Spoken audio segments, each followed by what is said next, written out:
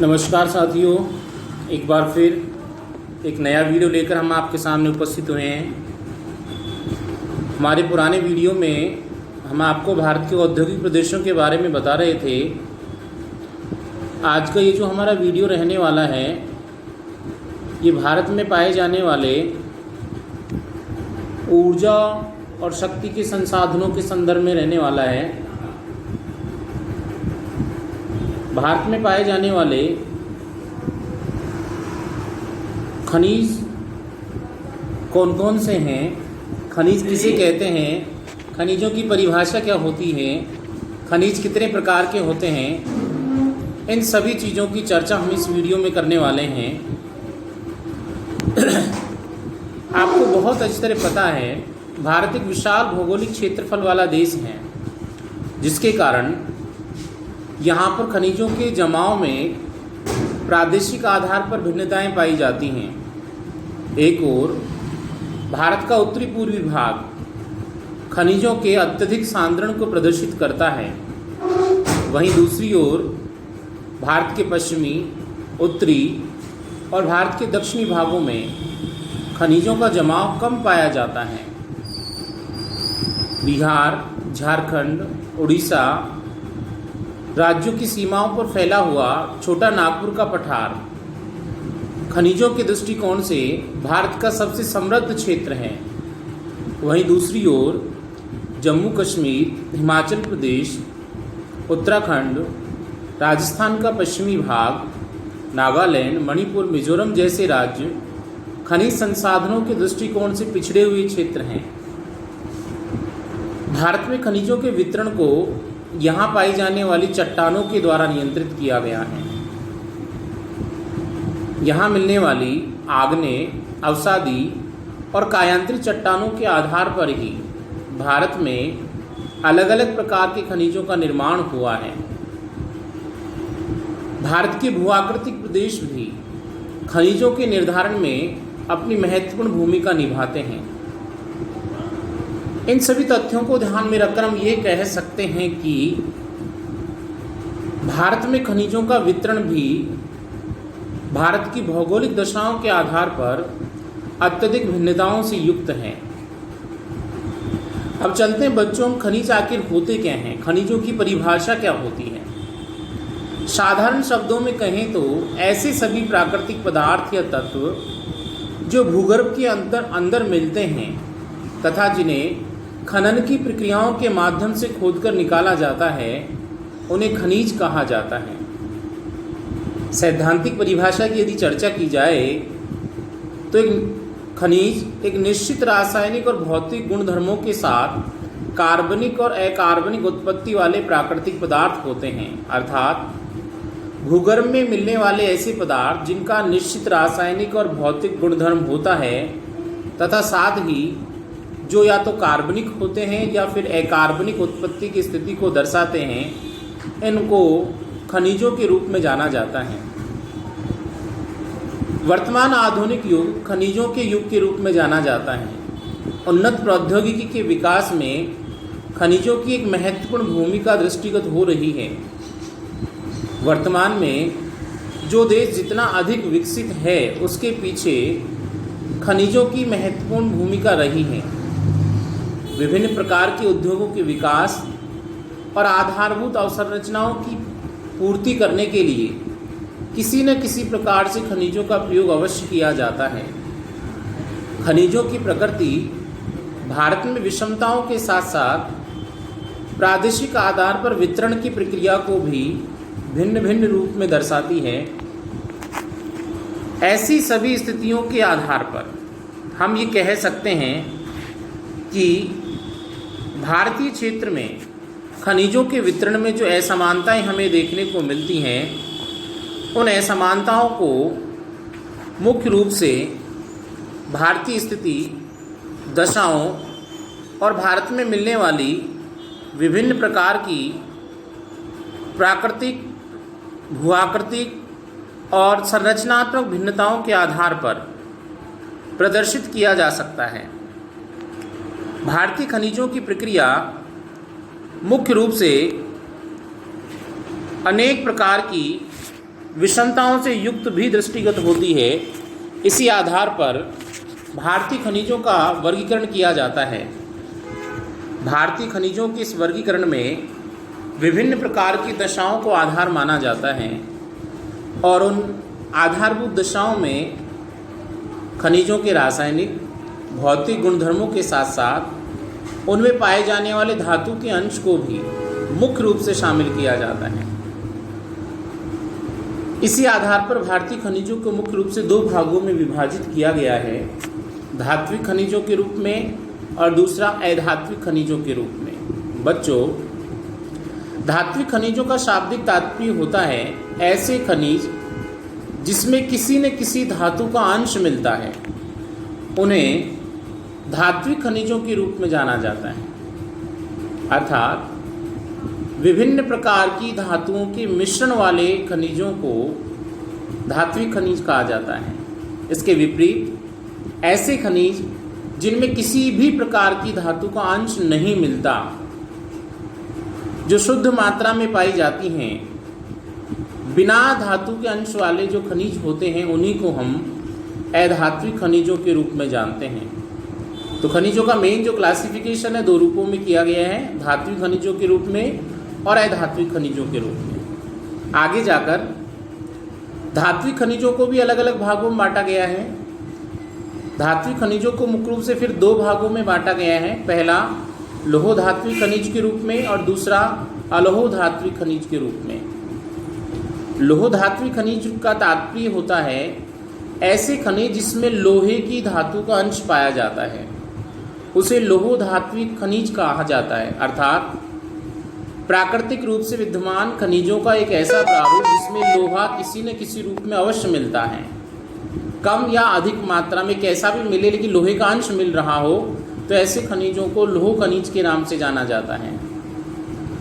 जबकि दूसरा अलौह धात्विक खनिज, अर्थात ऐसे खनिज जिसमें लोहे का अंश नहीं पाया जाता, किसी भी रूप में कम ज़्यादा मात्रा में लोहे का अंश नहीं पाया जाता, तो ऐसे खनिजों को अलौह धात्विक खनिजों के रूप में जाना जाता है। लौह धात्विक खनिजों के रूप में लोहा और मैग्नीज सबसे अच्छे एग्जाम्पल हैं।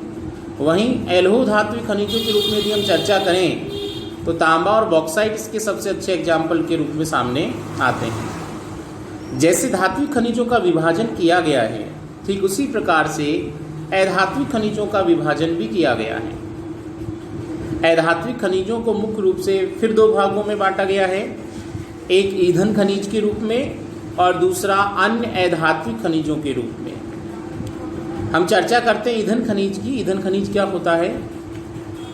ईंधन खनिज के नाम से स्पष्ट हो रहा है ऐसे खनिज जिनसे हमें ऊर्जा या ऊष्मा की प्राप्ति होती है, जिनका उपयोग करने पर किसी न किसी रूप में ऊर्जा विमुक्त होती है, ऊर्जा निकलती है, अर्थात हमें शक्ति की प्राप्ति होती है। तो ऐसे खनिजों को ईंधन खनिज या ऊर्जा खनिज के रूप में जाना जाता है। ईंधन खनिजों के रूप में कोयला, पेट्रोलियम, प्राकृतिक गैस सबसे अच्छे उदाहरण माने गए हैं। जबकि अधात्विक खनिजों का जो दूसरा मेन क्लासिफिकेशन है अन्य अधात्विक खनिजों के रूप में, तो यदि उनकी चर्चा की जाए तो इसमें अभ्रक है, चूना प्रस्तर है और ग्रेफाइट सबसे अच्छे उदाहरण माने जाते हैं, जिनकी हम आगे जाके डिटेल से चर्चा करेंगे। भारत में पाए जाने वाले इन सभी खनिजों धात्विक, अधात्विक, लौह धात्विक, अलौह धात्विक, ईंधन खनिज और अन्य अधात्विक खनिजों को आपके सामने जो स्लाइड नज़र आ रही है उसमें एक डायग्राम के माध्यम से दिखाया गया है।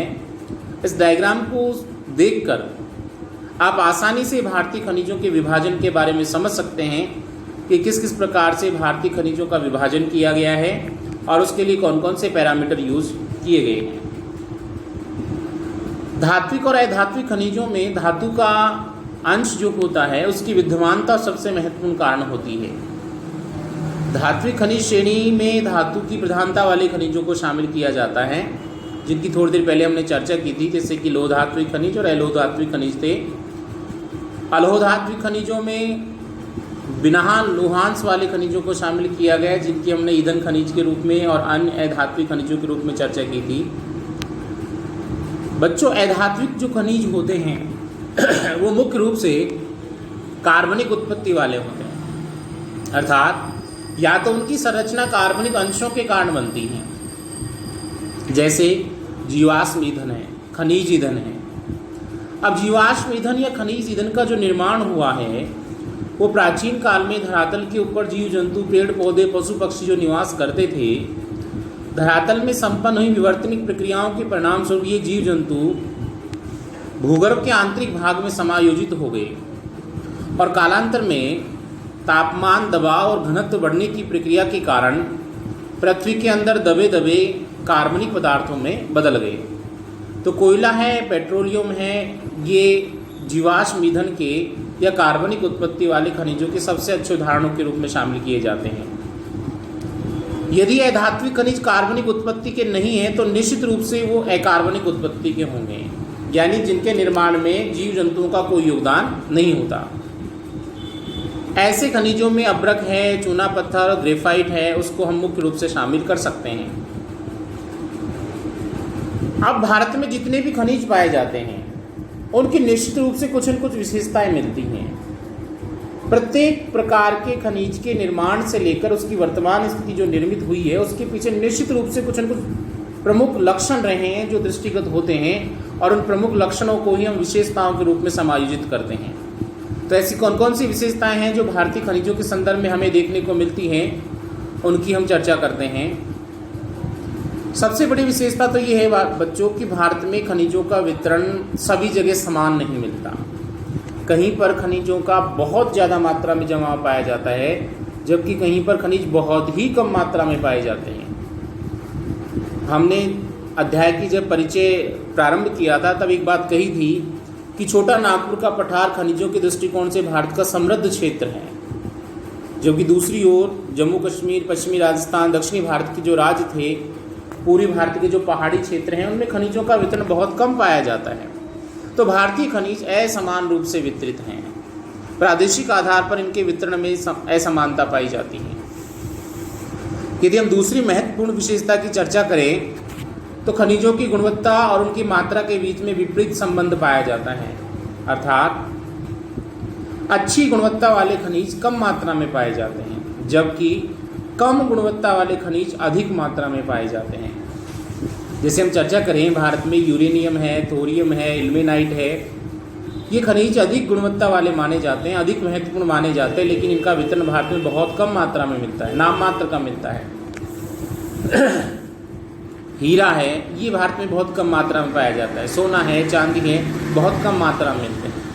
लेकिन इसके विपरीत कम गुणवत्ता वाले जो खनिज जिनका मूल्य कम है और जिनकी गुणवत्ता कम है, जिसे हम चर्चा करें, लोहस्क है, अभ्रक है, चूना पत्थर है, ये भारत में अधिक मात्रा में पाए जाते हैं। इनकी गुणवत्ता कम है। तो खनिजों में, भारत में जो खनिज है उन खनिजों की विशेषताओं के रूप में मेन चीज़ हमारे सामने निकल के आई कि अधिक गुणवत्ता वाले जो खनिज होंगे उनका वितरण भारत में कम मिलेगा और कम गुणवत्ता वाले जो खनिज होंगे उनका वितरण भारत में ज़्यादा पाया जाएगा। तीसरी महत्वपूर्ण विशेषता यह है कि प्रत्येक खनिज एक निश्चित समय अंतराल के पश्चात समाप्त हो जाता है। अर्थात प्रत्येक खनिज की मात्रा निश्चित होती है। खनिज हमेशा सीमित मात्रा में ही होते हैं। इनका जितना अधिक मात्रा में मानव प्रयोग करेगा उतनी ही इनकी मात्रा घटती जाएगी।